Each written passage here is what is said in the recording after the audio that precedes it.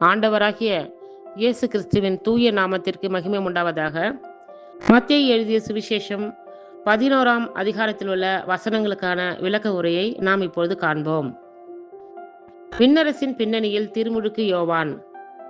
யோவான் சிறையில் இருந்தபோது மெசியாவின் செயல்களை பற்றி கேள்வியுற்று தம் சீடர்களை அவரிடம் அனுப்பினார். அவர்கள் மூலமாக வரவிருப்பவர் நீர்தாமா அல்லது வேறு ஒருவரை எதிர்பார்க்க வேண்டுமா என்று கேட்டார். அதற்கு இயேசு மறுமொழியாக, நீங்கள் கேட்பவற்றையும் காண்பவற்றையும் யோவானிடம் போய் அறிவியுங்கள்.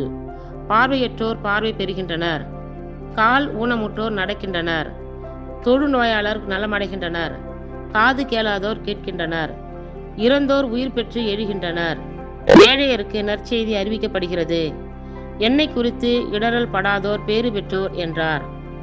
அவர்கள் திரும்பி சென்றபோது இயேசு மக்கள் கூட்டத்தினிடம் யோவானை பற்றி பேசத் தொடங்கினார். நீங்கள் எதை பார்க்க பாலை நிலத்திற்கு போனீர்கள்? காற்றினால் அசையும் நாணலையா? இல்லையேல் யாரை பார்க்க போனீர்கள்? மெல்லிய ஆடை அணிந்த ஒரு மனிதரையா? இதோ மெல்லிய ஆடை அணிந்தோர் அரச மாளிகையில் இருக்கின்றனர். பின்னர் யாரைத்தான் பார்க்க போனீர்கள்? இறை வாக்கினரையா? ஆம், இறை வாக்கினரை விட மேலானவரையே என நான் உங்களுக்கு சொல்லுகிறேன். இதோ நான் என் தூதரை உமக்கு முன் அனுப்புகிறேன், அவர் உமக்கு முன் உமது வழியை ஆயத்தம் செய்வார் என்று இவரை பற்றித்தான் எழுதியுள்ளது. மனிதராய் பிறந்தவர்களுள் திருமுழுக்கு யோவானை விட பெரியவர் எவரும் தோன்றியதில்லை. ஆயினும் விண்ணரசில் சிறியவர் அவரினும் பெரியவரே என நான் உறுதியாக உங்களுக்கு சொல்லுகிறேன். திருமுழுக்கு யோவானின் காலம் முதல் இந்நாள் வரையிலும் விண்ணரசு வன்மையாக தாக்கப்படுகின்றது. தாக்குகின்றவர்கள் அதை கைப்பற்றிக் கொள்கின்றார்கள். திருச்சட்டமும் எல்லா இறை வாக்கினர்களும் யோவான் வரும் வரை இறைவாக்கு உரைத்தனர். நீங்கள் ஏற்றுக்கொள்ள விரும்பினால் வரவிருக்கும் எலியா இவரே. கேட்க செவியுள்ளோர் கேட்கட்டும். இத்தலைமுறையினரை யாருக்கு ஒப்பிடுவேன்? இவர்கள் சந்தை வெளிகளில் உட்கார்ந்து நண்பர்களை கூப்பிட்டு, நாங்கள் குழல் ஊதினோம், நீங்கள் கூத்தாடவில்லை, நாங்கள் ஒப்பாரி வைத்தோம், நீங்கள் மாரடித்து புலம்பவில்லை என கூறும் சிறு பிள்ளைகளுக்கு ஒப்பானவர்கள். எப்படியெனில், யோவான் வந்தபோது அவர் உண்ணவும் இல்லை குடிக்கவும் இல்லை, இவர்களோ அவன் பேய் பிடித்தவன் என்கிறார்கள்.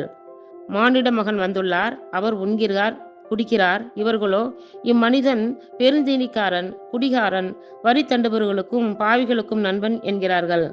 எனினும் ஞானம் மெய்யானது என்பதற்கு அதன் செயல்களே சான்று.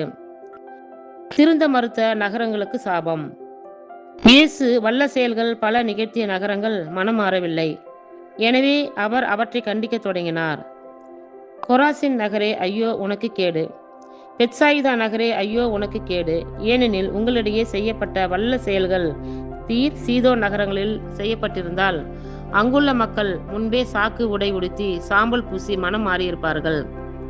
தீர்ப்பு நாளில் தீருவுக்கும் சீதோனுக்கும் கிடைக்கும் தண்டனையை விட உங்களுக்கு கிடைக்கும் தண்டனை கடினமாகவே இருக்கும் என நான் உங்களுக்கு சொல்லுகிறேன்.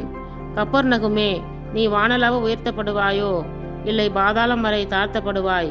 ஏனெனில் உன்னிடம் செய்யப்பட்ட வல்ல செயல்கள் சோதோமில் செய்யப்பட்டிருந்தால் அது இன்று வரை நிலைத்திருக்குமே.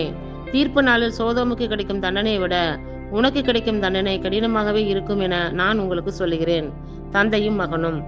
அவ்வேளையில் இயேசு, தந்தையே, விண்ணுக்கும் மண்ணுக்கும் ஆண்டவரே, உம்மை போற்றுகிறேன். ஏனெனில் ஞானிகளுக்கும் அறிஞர்களுக்கும் இவற்றை மறைத்து குழந்தைகளுக்கு வெளிப்படுத்தினீர். ஆம் தந்தையே, இதுவே உமது திருவுளம். என் தந்தை எல்லாவற்றையும் என்னிடத்தில் ஒப்படைத்திருக்கிறார். தந்தையை தவிர வேறு எவரும் மகனை அறியார். மகனும் மகன் யாருக்கு வெளிப்படுத்த வேண்டும் என்று விரும்புகிறாரோ அவருமன்றி வேறு எவரும் தந்தையை அறியார் என கூறினார். இயேசு தரும் இளைப்பாறுதல். மேலும் அவர், பெருஞ்சுமை சுமந்து சோர்ந்து இருப்பவர்களே, எல்லாரும் என்னிடம் வாருங்கள், நான் உங்களுக்கு இளைப்பாறுதல் தருவேன். நான் கனிவும் மனத்தாழ்மையும் உடையவன். ஆகவே என் நுகத்தை உங்கள் மேல் ஏற்றுக்கொண்டு என்னிடம் கற்றுக்கொள்ளுங்கள். அப்பொழுது உங்கள் உள்ளத்திற்கு இளைப்பாறுதல் கிடைக்கும். ஆம், என் நுகம் அழுத்தாது, என் சுமை எளிதாயுள்ளது என்றார். இத்துடன் விளக்க உரை நிறைவுற்றது. கர்த்தர் தாமே நம் எல்லோரையும் ஆசீர்வதிப்பாராக. ஆமேன்.